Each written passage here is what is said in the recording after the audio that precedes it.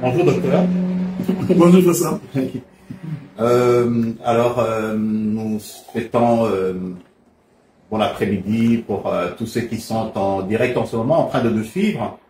Et je sais que vous êtes nombreux à travers le monde et puis à des différents temps. Je pense qu'actuellement en Europe, il doit être 22 heures, hein, près de 22 heures. Oui, pratiquement, oui. Oui, alors bonne soirée. Et puis il y a également ceux qui nous suivent dans les îles, un peu partout. Alors, tu te souviens du frère Bertrand? Oui. Ça fait longtemps. Avec sa femme. Hein.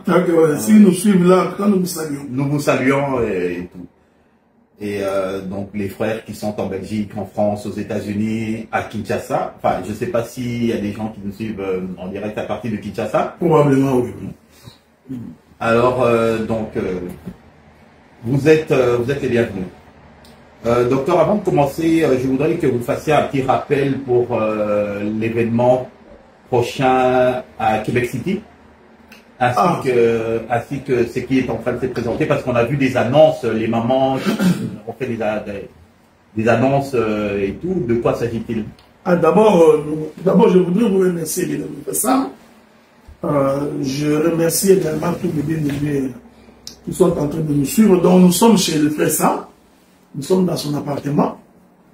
Un bel appartement. Hein? Merci, docteur. Ok. Donc, le samedi 14 octobre, donc c'est dans 2 semaines exactement, nous serons à Québec City.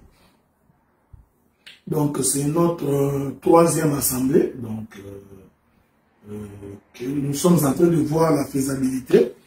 Parce que Québec City, c'est pratiquement à 450 km d'Ottawa.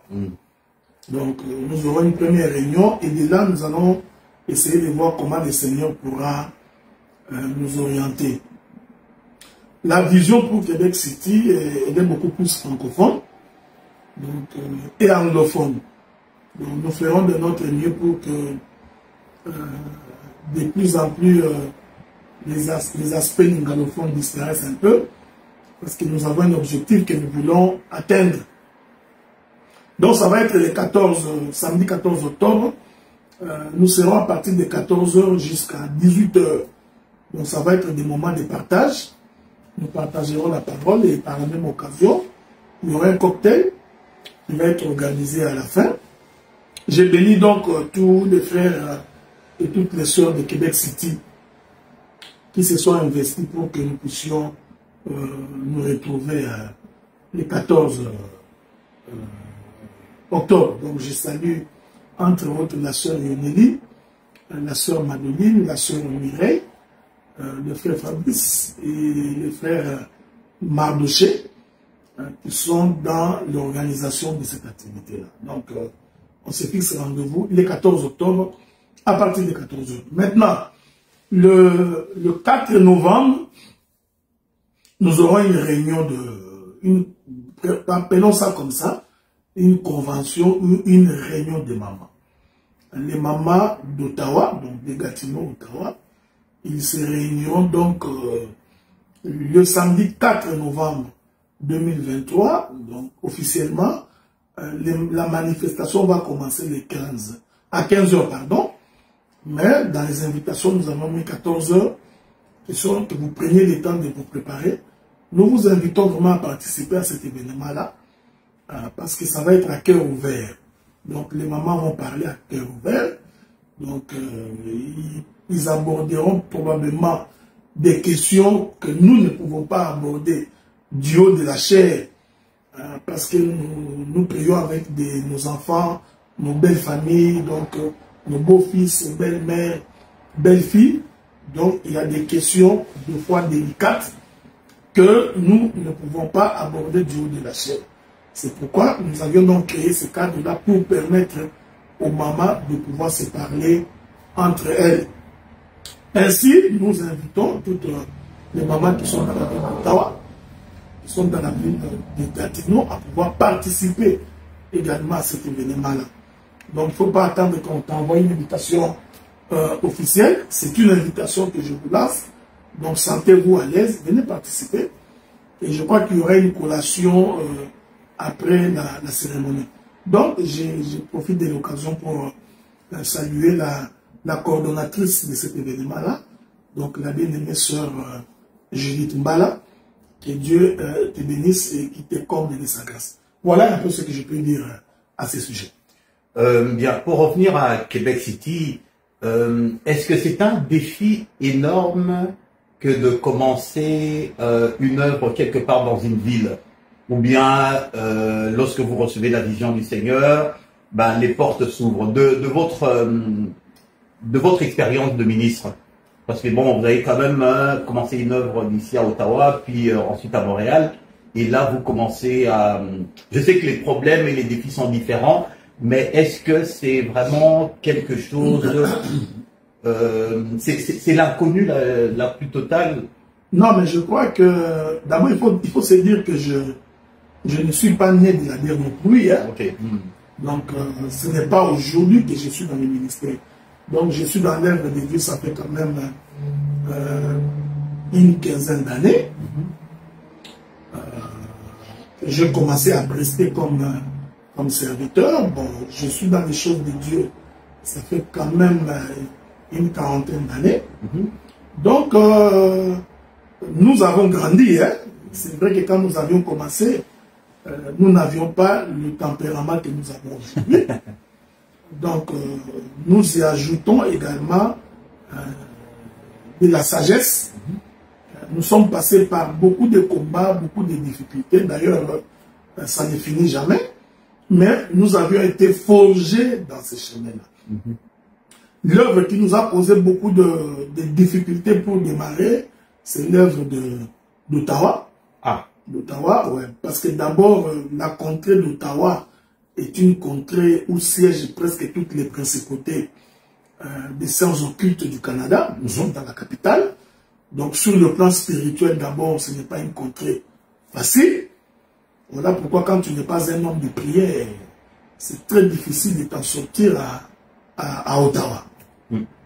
Donc, cette œuvre d'Ottawa-là, ça nous a pris beaucoup de difficultés, beaucoup de combats.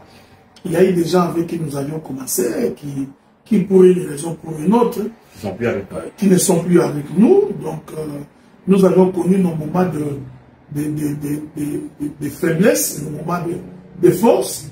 Nous sommes passés par des vallées et par des montagnes plusieurs fois. Nous avions connu des trahisons également plusieurs fois. Nous avons connu des déceptions. Non, pas de moindre. Oui, oui, mais cela fait partie de la marche, de la mission que le Seigneur nous a confiée. Et cela nous a aiguisés, et cela nous a donné la foi.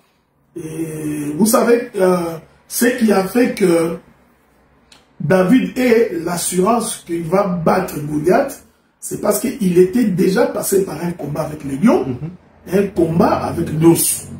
Et cela lui a donné l'assurance. C'est ce que j'ai toujours dit.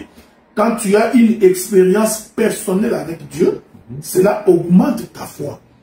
Donc, si Dieu t'a déjà assisté dans beaucoup de choses, dans beaucoup de combats, dans beaucoup de difficultés, ce sont des témoignages qui te permettent de dire, comme David avait dit, lorsque j'étais en train de paître le troupeau de mon père, un ours est venu, il a pris une brebis, j'ai couru après, j'ai ouvert sa gueule, j'ai arraché. Donc, il était rassuré. C'est comme ça qu'il dira à Goliath, de la même manière que le Seigneur m'a secouru, je suis rassuré que ta tête tombera aujourd'hui et tu sauras que l'Éternel est Dieu. Donc, l'église d'Ottawa était pour nous comme une formation. C'était pour nous comme une fournaise ardente au travers de laquelle le Seigneur nous a fait passer au point où aujourd'hui nous n'avons plus peur de rien. On n'a plus peur de rien. Donc, c'est ça. Maintenant, de par l'expérience que nous avons connue avec Dieu, de par les témoignages de ce que nous avons connu avec Dieu à Ottawa, ça nous a été beaucoup plus facile à Montréal. Okay? On a connu également quelques fissures à Montréal, quelques départs, mais cela ne nous a pas vraiment ébranlés parce que nous étions déjà aiguisés par rapport à cela. Donc, ce qui fait que l'église de Montréal, ça a été beaucoup plus... c'est en moins de 3 ans, 4 ans. Donc, à dire vrai, nous avons presque dépassé le nombre de ceux avec qui nous sommes à Ottawa. Okay? Alors qu'à Ottawa, ça fait quand même 7 bonnes années depuis qu'on a commencé. Donc, le DIF de Montréal était beaucoup plus facile. Il faudrait aussi considérer que la plupart des immigrants, lorsqu'ils viennent, destination, c'est Montréal. Oui. Parce que Montréal parle français, alors qu'Ottawa, si tu ne connais pas l'anglais, c'est toujours un peu difficile de t'en sortir à Ottawa. Donc, la plupart des gens ont tendance à aller très vite à Montréal. Donc, ce qui fait que Montréal a été beaucoup pour nous plus facile, au point où nous sommes rassurés que tout va bien. Maintenant, les défis de Québec City, c'est un défi que nous lançons avec Dieu. Quel est ce défi-là? Cela fait partie de nos prières. C'est le défi de pouvoir sortir de la communauté africaine. Ok. Donc ça, c'est le défi que nous voulons faire avec Dieu. C'est-à-dire que... Tu veux dire attirer d'autres communautés? Exactement, attirer d'autres nationalités. Donc, de quelle manière nous allons procéder, nous ne savons pas, mais nous croyons que nous allons arriver. Donc, comme l'Éternel Dieu est le maître des temps et des circonstances, nous ne savons pas comment ça va arriver, mais au moins, nous sommes sûrs que ça va arriver. Ça, c'est cela la foi. Donc, je crois que voilà un peu les défis de Québec City, parce que nous sommes en plein Québec, hein, donc là où il y a beaucoup de Québécois de souche. Donc, on ne peut pas y aller avec la mentalité un peu... bon, si j'ai bon, cette mentalité-là que nous avons de transposer nos problèmes d'Afrique dans ces pays ici, quand on vient avec cette mentalité-là, ça ne marche pas. Je pourrais conclure mon bien-aimé Sam en disant aussi que je crois que quand on sert Dieu en toute sincérité, en toute honnêteté, sans des calculs politiciens, l'Éternel ne peut pas nous abandonner. Donc, nous croyons en ces dieux-là, nous croyons qu'il est fort. Et aussi, nous sommes en train comme la Bible dit, souviens-toi de là où tu es tombé, souviens-toi de ton premier amour, élève-toi. Nous sommes en train de prendre une nouvelle direction dans la gestion des choses de Dieu. Ok? Nous avions passé beaucoup plus de temps dans des partages, dans des débats, ce qui n'est pas mauvais. On a passé beaucoup de temps, de fois, dans des discussions qui, parfois, nous éloignaient de Dieu à cause des discussions inutiles, des débats de foi qui n'apportaient rien. Et le Seigneur nous a instruits autrement. Maintenant, nous voulons, maintenant que nous avons la connaissance de la parole, ça, on ne peut pas en disconvenir. Nous voulons maintenant nous orienter, récupérer un peu le côté charismatique, le côté spirituel, le côté du feu. Hein, vous comprenez? Donc, nous allons laisser les champs au don de l'esprit de s'exercer. Nous donnerons la place aux sœurs pour que les dons puissent s'exprimer. Donc, nous essayerons de sortir de ces cadres cartésiens qui, des fois, nous empêchaient d'aller loin. Donc, nous laisserons place au Saint-Esprit d'agir en toute liberté. C'est-à-dire les dons des prophéties, de la connaissance, des visions, des songes, les voix audibles. Tous ces éléments-là, nous allons les mettre en place. Et ensuite, c'est comme ça que nous sommes en train d'orienter l'Église. Et ensuite, nous allons commencer à mettre Dieu au défi. Ce que nous avions à un moment donné négligé, c'est-à-dire nous croyons que quand quelqu'un vient à l'église, il n'a pas besoin d'écouter que Dieu c'est l'hippopotame, Dieu c'est le crocodile, c'est l'autruche, et quand il finit, il prend sa Bible et il sort avec ses problèmes. Non. Nous voudrions maintenant, quand quelqu'un vient, quand il écoute que Dieu c'est l'hippopotame, c'est bien, mais en sortant aussi, quand il était venu avec sa maladie, qu'il sorte guéri. Quand il était venu avec ses problèmes, qu'il sorte en trouvant la solution. Donc, c'est à cela que nous allons nous focaliser. Tout le reste là, je crois que nous intéresse. Voilà. Bah justement, donc c'est bien que vous en parliez, parce que souvent, on fait le reproche souvent aux assemblées des saints que on semble être tellement focalisé sur le comment, le pourquoi des choses, à expliquer l'évangile, à aller en profondeur, que finalement, les fidèles n'en ont pas pour leur argent, je dirais. C'est-à-dire que ils viennent, ils sont émerveillés parce que les Écritures, ils trouvent que dans les assemblées des saints, les Écritures sont abordées d'une autre manière. Mais quand ils retournent chez eux, Ben, écoute, on dirait que les problèmes ne sont pas, leurs préoccupations, leurs besoins ne sont pas rencontrés. Qu'est-ce que vous pensez de ça? Exactement.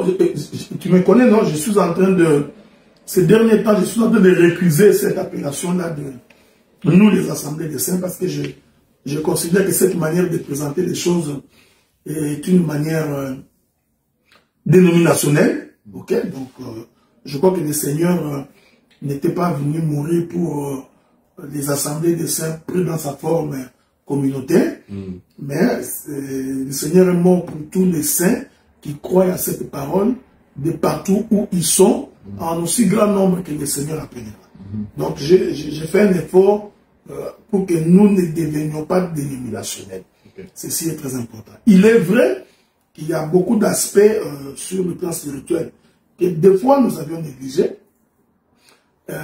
Il n'est jamais trop tard pour faire du bien.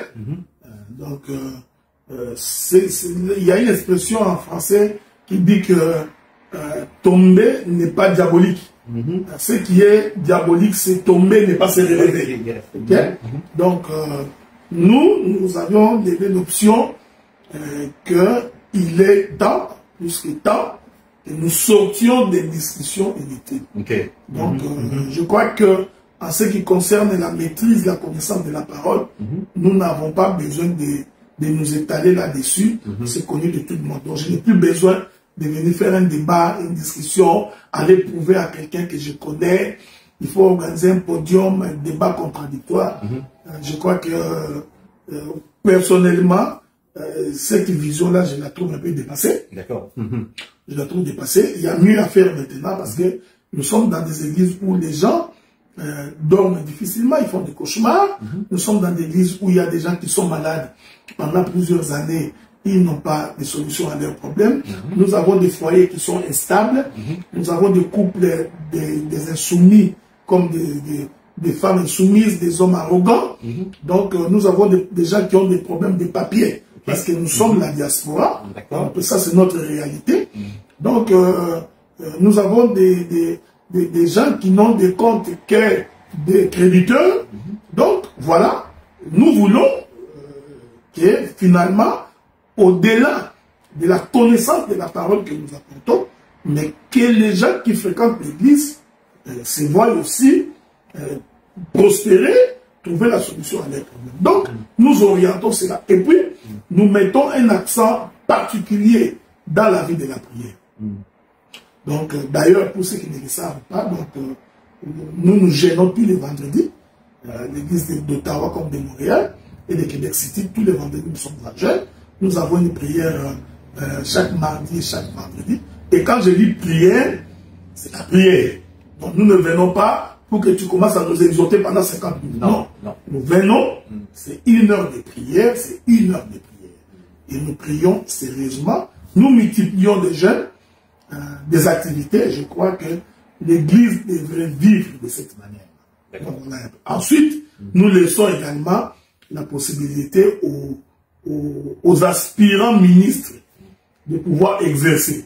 Okay? C'est comme ça que vous constaterez par exemple que, hormis les pasteurs Azaf, nous avons des frères Fiston qui prêchent à Ottawa, nous avons des frères Neftali qui prêchent, nous avons des frères Jiré qui prêchent, nous avons le frère Claver qui conduit le culte. Donc, moi je suis pratiquement en retrait. Il en est de même à Montréal, donc, hormis les pasteurs Marcel, nous avons des frères Chins, nous avons des frères Lito, nous avons des frères Moïse, donc des frères Sergio. Donc nous donnons également, et les frères Valdi, bien qu'il a un peu disparu ces derniers temps, nous donnons la possibilité aux autres de pouvoir exercer, et à ce moment-là, ça nous permet également nous, de respirer un peu. Voilà. D'accord. Mais content d'entendre également que bon, désormais l'accent va être également mis sur les préoccupations des fidèles. Et justement, c'est de ça qu'il est question aujourd'hui, que le ministre puisse répondre aux préoccupations des fidèles. Donc, c'est-à-dire que il y a des questions bien spécifiques que les gens se posent et faut bien le dire, quelquefois, aucune réponse. D'accord? Alors, c'est pour ça que nous sommes là aujourd'hui, pour que vous puissiez répondre à certaines questions, à certaines préoccupations. Et la première, je dirais, je commencerai au niveau des la démarche à faire lorsque un couple, et quand je dis un couple, bon, j'entends la couple marié, hein, et également bah, les gens qui se fréquentent, qui ne sont pas encore mariés, ne sont pas des laissés pour compte, hein, bien entendu, parce que il y a quand même un enseignement à avoir également pour les célibataires qui aspirent au mariage. Okay? Bon, là, pour aujourd'hui, je parle plutôt des couples mariés qui rencontrent des défis, des problèmes, ça peut être des querelles, peu importe, des problèmes divers, et pour lesquels ils n'ont pas de solution. Quelle est la démarche que vous leur suggérez? Quelle est la première chose à faire et tout? Parce que nous ne voulons pas qu'ils restent chez eux dans leurs problèmes, alors qu'effectivement, la solution est peut-être ailleurs. Peut-être, bon, en s'ouvrant un peu, qu'est-ce que vous leur conseillez aux couples qui connaissent des défis énormes qui peut quelquefois aboutir à des séparations, pour ne pas en arriver là? Quelle est la démarche à entreprendre? Bon, tout dépend d'abord de... Ils font face à quel défi? Eh bien, je sais pas, ça peut être, disons que ils ont des problèmes. Quel genre des problèmes? Je vais pas, bon. Ok, allez. Si on peut partir par un exemple. Ok, un exemple. Par exemple, un couple qui a des problèmes des finances et tout, parce qu'il y en a peut-être ils sont pas d'accord sur la gestion. Peut-être que la femme trouve que le mari dilapide les fonds de la maison. Ils ne s'entendent pas et c'est l'explosion. Ils n'ont pas de solution. Et bon, bah voilà, si ça continue comme ça peut être la séparation. Quelle est la démarche à entreprendre? Bon, en tout cas, merci beaucoup pour la question. Ici, il faudrait d'abord qu'on se mette d'accord que je suis en train de parler aux enfants de Dieu. Oui, certainement. Donc, je ne parle pas aux païens, je parle donc aux enfants de Dieu. La première caractéristique qui fait de nous fils de Dieu, c'est parce que nous craignons Dieu. Donc, cette crainte de Dieu fait en sorte que tout notre comportement, toute notre attitude va donc dépendre de la façon dont nous craignons Dieu. Donc quand on est dans un couple et que l'homme craint Dieu et que la femme également a la crainte de Dieu, quand je dis crainte de Dieu ici, je voudrais dire qu'on est en face des gens, des hommes et des femmes véritablement convertis. Okay. Okay? Parce que quand on est en face d'un païen, ça devient difficile. Oui. Donc, des gens qui sont véritablement convertis. Lorsque vous êtes véritablement convertis, il y a un principe de Dieu qui dit que chacun ne considère pas ses propres intérêts, qui considère plutôt l'intérêt de l'autre. Il faut partir de là. Okay? Donc, vous partez d'abord de là. Donc, que chacun de vous se dise dans un couple, qu'est-ce que je ferais qui ferait plaisir à mon partenaire? Si vous partez de là, les choses vont être faciles. En ce moment-là, ça c'est une réalité que l'on doit se dire. Ici, je voudrais dire que la perfection du mariage ne se trouve que dans la Bible. Ok? Donc, nos mariages terrestres ici ne sont pas sujets à la perfection. Donc, il y aura des erreurs, il y aura de l'imperfection. Donc, je vais prendre un exemple. Femme, soyez soumise. Il est impossible que tu trouves une femme qui serait soumise à son mari sur tout le plan. Okay? C'est seulement en Jésus que cela est possible. Donc, ici, je ne voudrais pas dire que la femme soit soumise. Je voudrais dire qu'il est impossible qu'une femme dans la chair soit soumise à tout point de vue. Okay? Déjà, quand l'homme est dans cette attitude-là, c'est un bon départ. La seule chose que nous reprochons à la femme de ne pas faire, c'est d'être adultère. Là, c'est un autre cas. Mais les autres problèmes, c'est toujours possible d'en trouver une solution. D'autant plus que même nous qui sommes épouses de Jésus, nous ne sommes pas soumises à Jésus tout le temps. D'accord. Ok? Donc, lorsque nous rencontrons une femme insoumise, ne soyons pas scandalisés au point de la traiter, de la diaboliser, et tout comprenons simplement que bah, sous le soleil, bah, ce sont des choses tout à fait... Okay. Il faut partir de là, ok? Donc, ça c'est un. C'est ça c'est pas un mandat pour que la femme devienne soumise. Non, bien sûr que non, bien sûr que non. Deuxième élément, il faudrait également que la femme trouve l'homme qui l'aime. Ok? Bon, donc, malheureusement, beaucoup de femmes tombent sur des hommes qui ne les aiment pas, ils s'embarquent. Okay. Pour qu'une femme s'embarque dans une relation, il faut premièrement qu'elle soit rassurée de l'amour de cet homme. Et l'amour, on ne se trompe pas là-dessus. Quand un homme ne t'aime pas, tu sauras et tu le sais. Tu le finiras par le Tu fais semblant, mais tu fais ce qu'on appelle la politique d'Autriche. Hein? Donc, tu prends ta tête, tu mets dans la poussière, croyant qu'on te voit pendant que tout le corps est dehors. Ça, c'est le comble de beaucoup de femmes. Elle sait parfaitement que cet homme était un aventurier. Mais je ne sais pas s'il est aveuglé par quoi.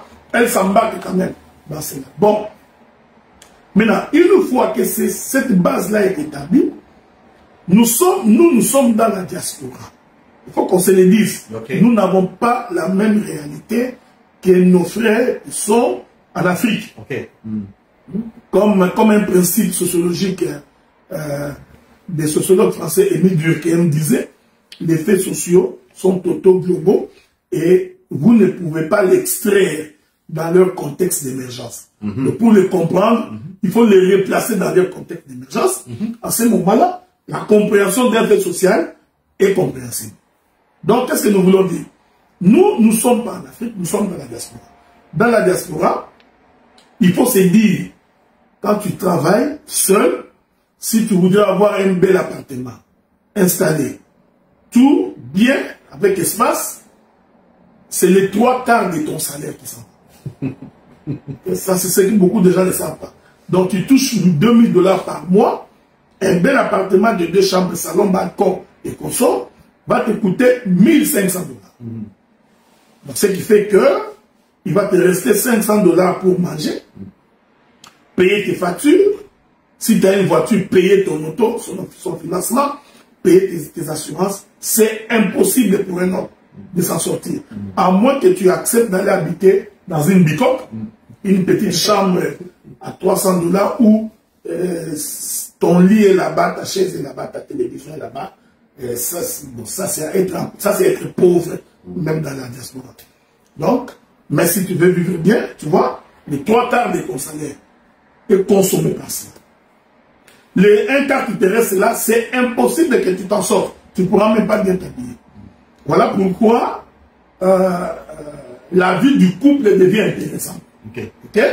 La vie du couple devient intéressante parce que à ce moment-là, les revenus de l'homme comme les revenus de la femme mis ensemble vous permet maintenant de respirer.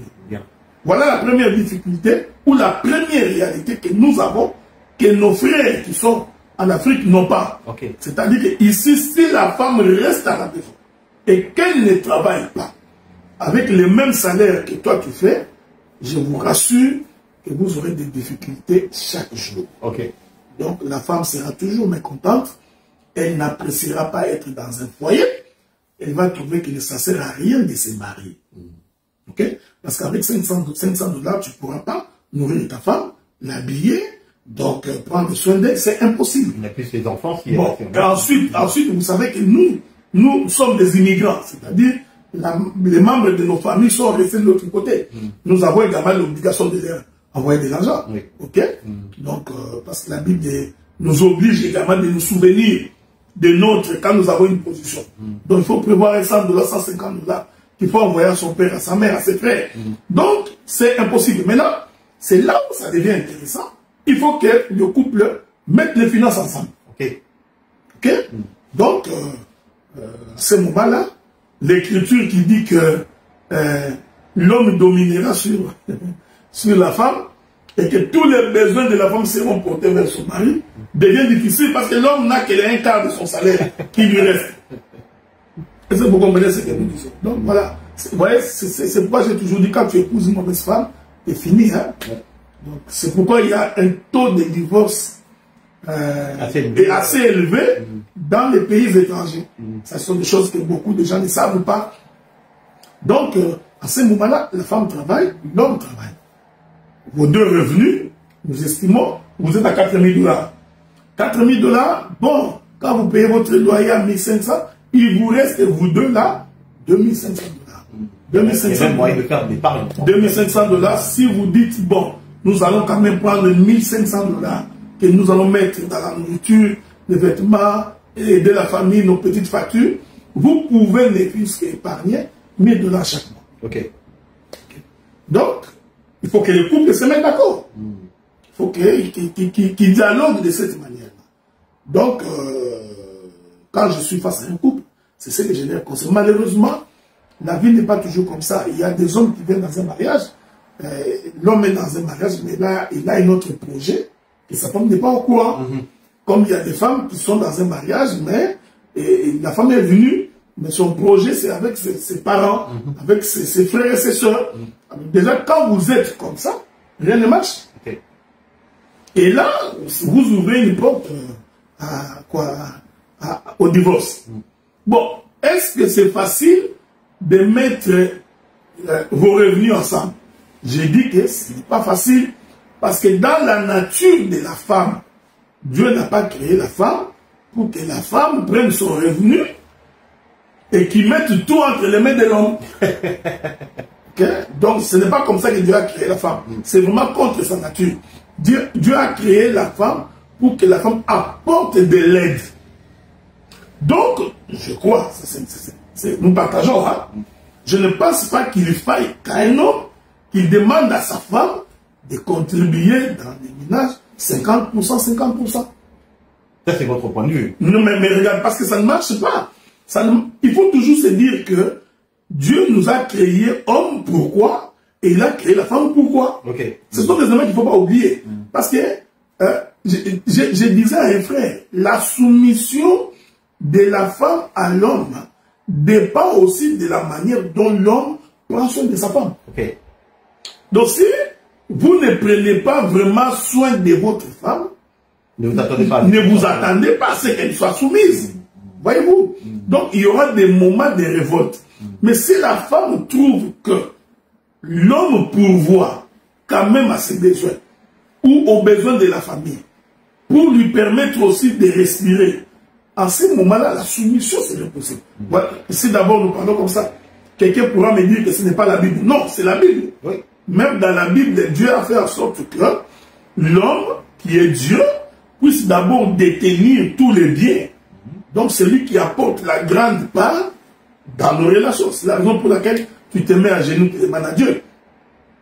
C'est alors, même lorsqu'on est allé épouser Rebecca, le serviteur le plus ancien de la maison d'Abraham, a dit à Rebecca que mon maître est riche, il a légué tous ses biens à son fils, son unique fils. Donc quand tu viendras chez nous, tu ne manqueras pas de quelque chose. Donc, n'aie jamais pensé que la femme apportera tout son argent entre tes mains. Si tu penses comme ça, vous aurez des difficultés. Okay. Donc, laisse à la femme, mais aussi la femme ne soit pas égoïste. Ne viens pas avec l'esprit congolais. Hein, comme je vois beaucoup de femmes dans la diaspora aujourd'hui, il a transposé l'esprit congolais ici. C'est-à-dire que lui, vous ne m'achetez rien. Non, nous n'avons pas la même réalité. Nous n'avons pas la même réalité. Donc, les Occidentaux ont fait en sorte que ton revenu ne fera jamais de toi un homme riche. Donc, le système est tel que le système est en train d'engloutir ton revenu pour que tu gardes un standing de vie. Alors, à ce moment-là, l'aide de la femme, elle est importante. Okay.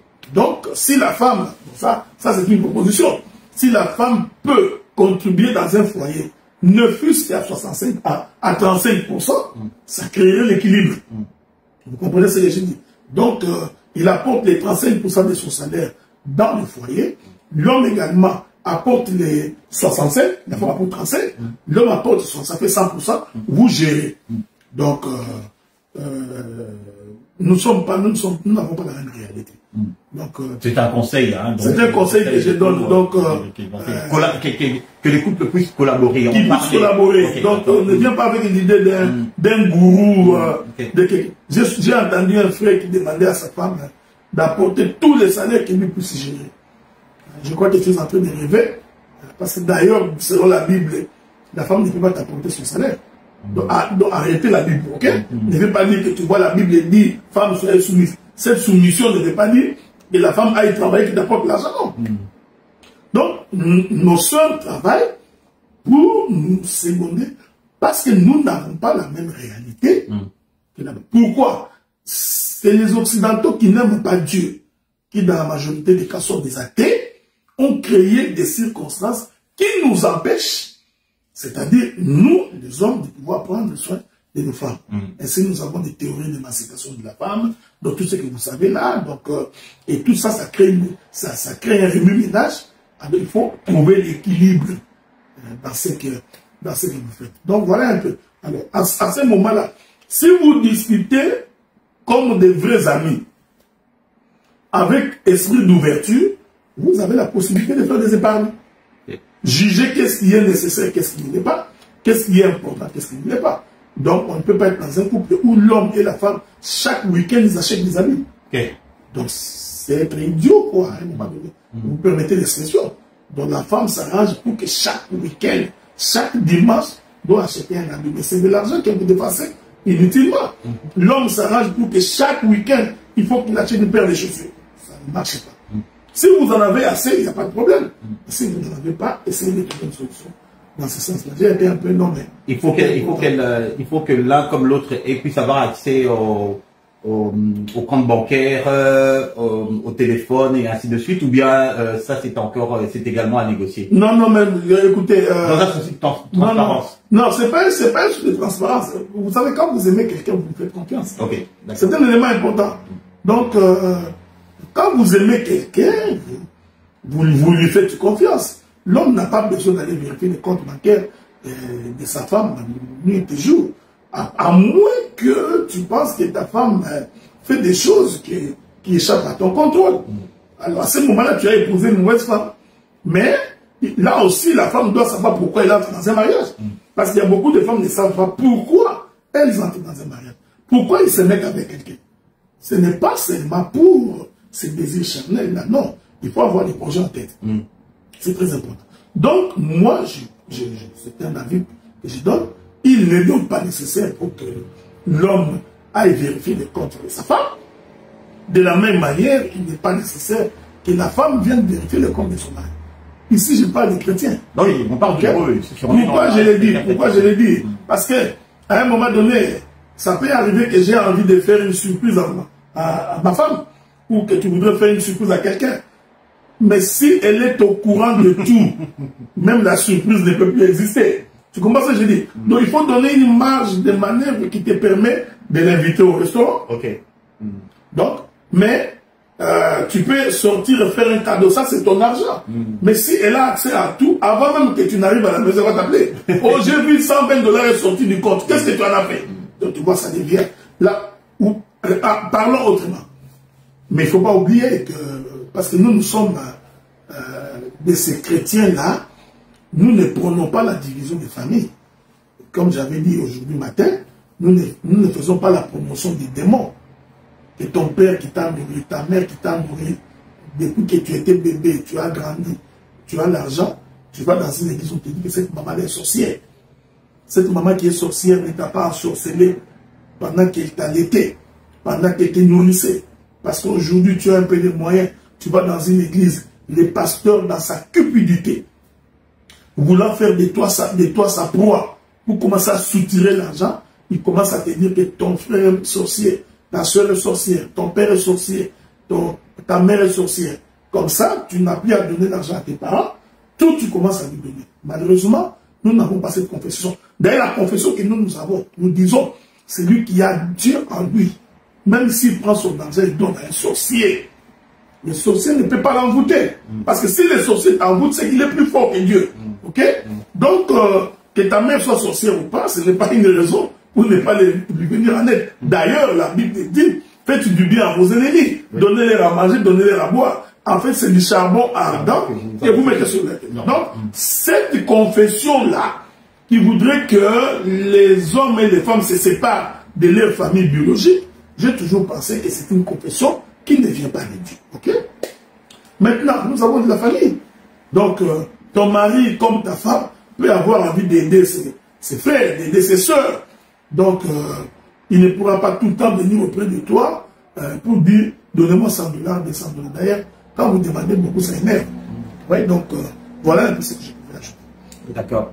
Alors, bon, la deuxième question, la question suivante, je pense que ça vous dira quelque chose. La bénédiction de Dieu, en fait, elle serait territoriale. Bon, je vais prendre un exemple terre à terre. Ceux qui sont au Canada seraient plus bénis que ceux qui sont à Kinshasa. Ça serait une question.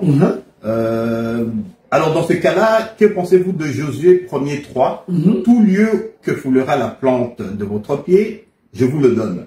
Ok. D'accord ?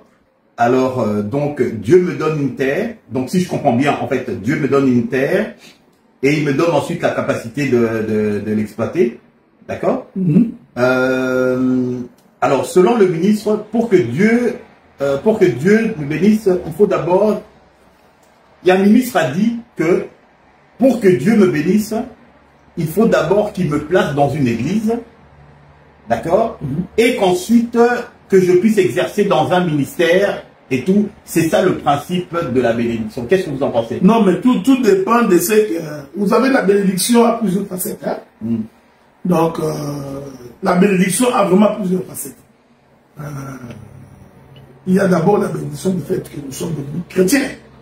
Quand nous croyons à Dieu, nous avons quitté la vie du péché et nous commençons à servir Dieu, c'est une bénédiction. Mais cette bénédiction n'exclut pas la bénédiction matérielle. Ok? Donc, Isaac a béni Jacob de la rosée du ciel et de la graisse de la terre. Hormis l'interprétation de l'écriture, c'est-à-dire que même matériellement comme ça, Jacob était un homme riche. Il ne manquait de rien.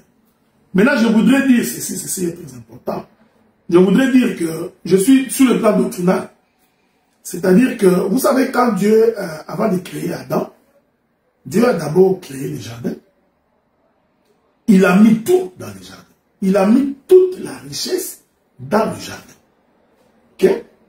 Et l'Écriture dit, Dieu vient donc placer l'homme pour que l'homme cultiva le sol. Dans un autre langage, pour que l'homme gère. Donc, le problème de l'homme, le problème de la prospérité, de la bénédiction matérielle, c'est un problème de gestion. J'aime ta question. La prospérité est une question de gestion. Alors, pour gérer, il faut avoir la connaissance du terrain, c'est-à-dire savoir où frapper, où aller. Il faut avoir des objectifs poursuivis et il faut faire des sacrifices. Ok? J'ai toujours dit ça. Donc, nous sommes tous, dans la diaspora, dans la majorité des cas, nous avons tous un salaire moyen. Donc, 80% de la population canadienne est dans la moyenne. Il y a une vingtaine qui sont des riches, des extrêmement riches. Alors, on peut se poser la question. Je touche 3 000 $ par mois. Vous touchez 3 000 $ par mois. Qu'est-ce qui fait que je suis plus à l'aise?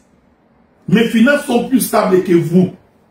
Tout dépend des choix que vous faites. Oui. Ok? C'est pourquoi j'étais en train d'exhorter une soeur il y a quelques jours. Je lui ai dit, ce qui arrive dans la vie d'un homme est toujours fonction du choix qu'il a fait.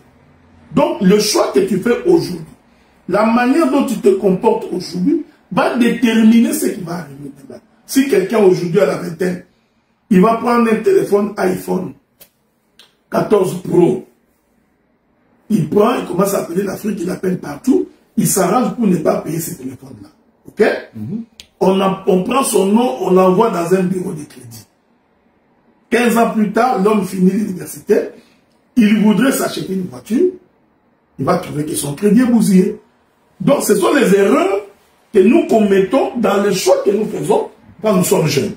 Voilà pourquoi d'ailleurs, nous qui sommes assis, nous rappelons à ceux qui sont debout de ne pas commettre des fois des erreurs que nous avions commises. Donc, cette question de la prospérité, de la bénédiction matérielle, est fonction de là où Dieu t'a mis, c'est-à-dire le sol. les territoires. J'avais dit ça au cours d'une émission ici, que le combat du territoire est un combat de vie ou de mort. Israël s'est battu pour son territoire. Ce sont des choses, des fois, nous prêchons, mais nous ne comprenons pas. Israël a combattu les Philistins, les Amoréens, tout ce monde-là. Son problème, c'était le territoire que Dieu lui a donné. Pourquoi? Parce que la richesse de ce peuple dépend de la terre. Voyez-vous? C'est pourquoi quand Israël marchait dans le désert, il a été béni de la manne qui tombait du ciel et des oies. Mais lorsqu'ils sont entrés dans le pays de la promesse, le pays où coule le lait et le miel, la manne a cessé de tomber, les oies également ont cessé de venir. Pourquoi? Parce que Dieu voulait apprendre au peuple comment travailler la terre. Donc il devait faire la culture, il devait faire l'élevage des troupeaux. Donc l'exploitation de la terre, c'est ce qui procure la richesse. Donc j'ai toujours été étonné, je voudrais dire ça autrement, vous faites entrer le peuple dans un jeûne de 21 jours, 40 jours, les plus audacieux, 70 jours, pour que ces gens soient bénis.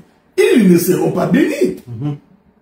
Donc, tu ne peux pas, à longueur de journée, dire au peuple, vous serez bénis.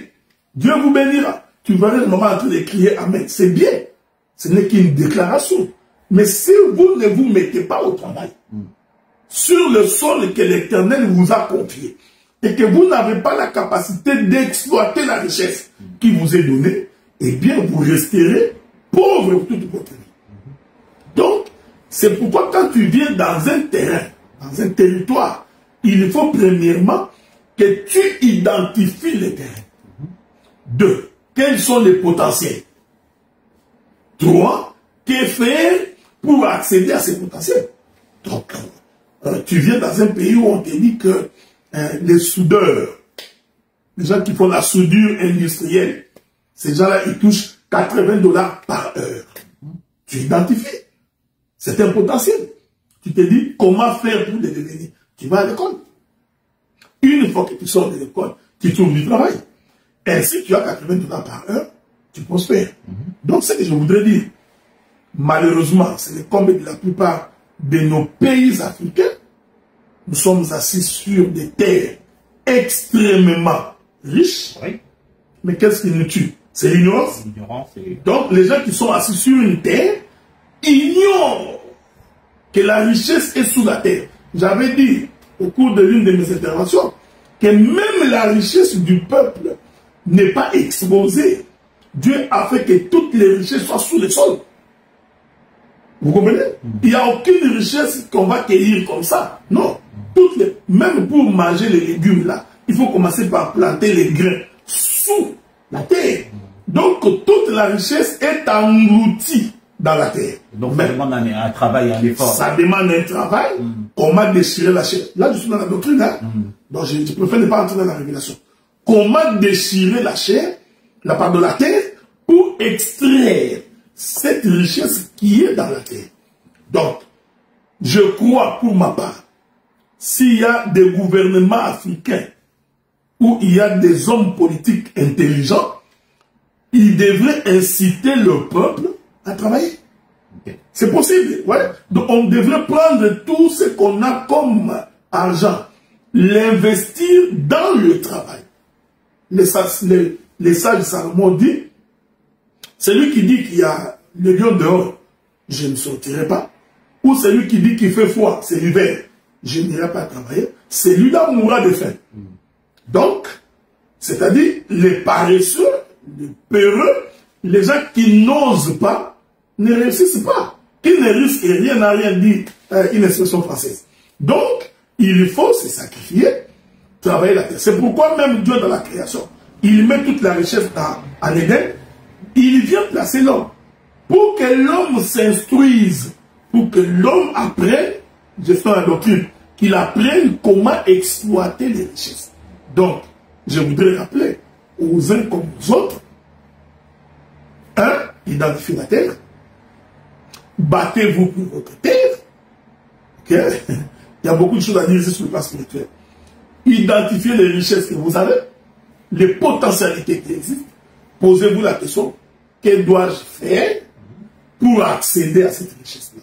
Et mettez-vous au travail. Mais quel est le rapport alors avec ce que vous avez dit que il faudrait que il faut d'abord que si Dieu veut te bénir, il faudrait d'abord qu'il te place dans une église où il a placé ses richesses, d'accord?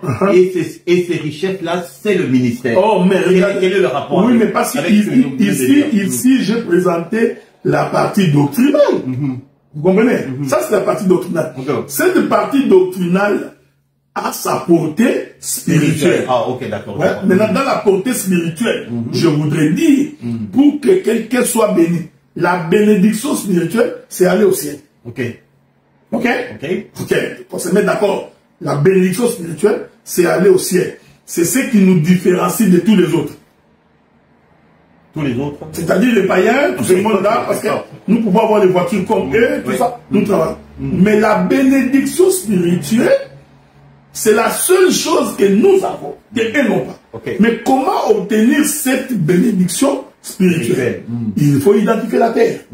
Ok? Ça, c'est la partie prophétique de l'écriture. Il faut identifier la terre. Parce que c'est dans cette terre-là que Dieu a mis la richesse. Alors, j'ai dit, cette terre-là, c'est l'église. D'accord. Mais il faudrait encore que, parce que remarquez, je vais le dire tantôt, il faudrait encore que dans cette église-là, que Dieu y ait mis toutes les richesses. C'est-à-dire de l'or, du diamant, des manganèses, tout. Vous comprenez ce que je dis?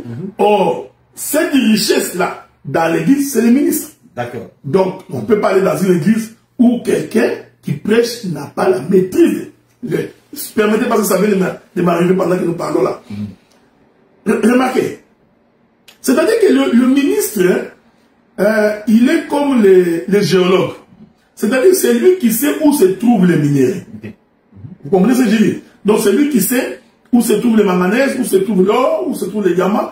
Il a la cartographie de là où Dieu a placé les richesses. Donc lui, il a la capacité d'établir pour te dire si tu veux de l'argent ou de l'or ou des manganèses, voici les chemins à emprunter pour y arriver.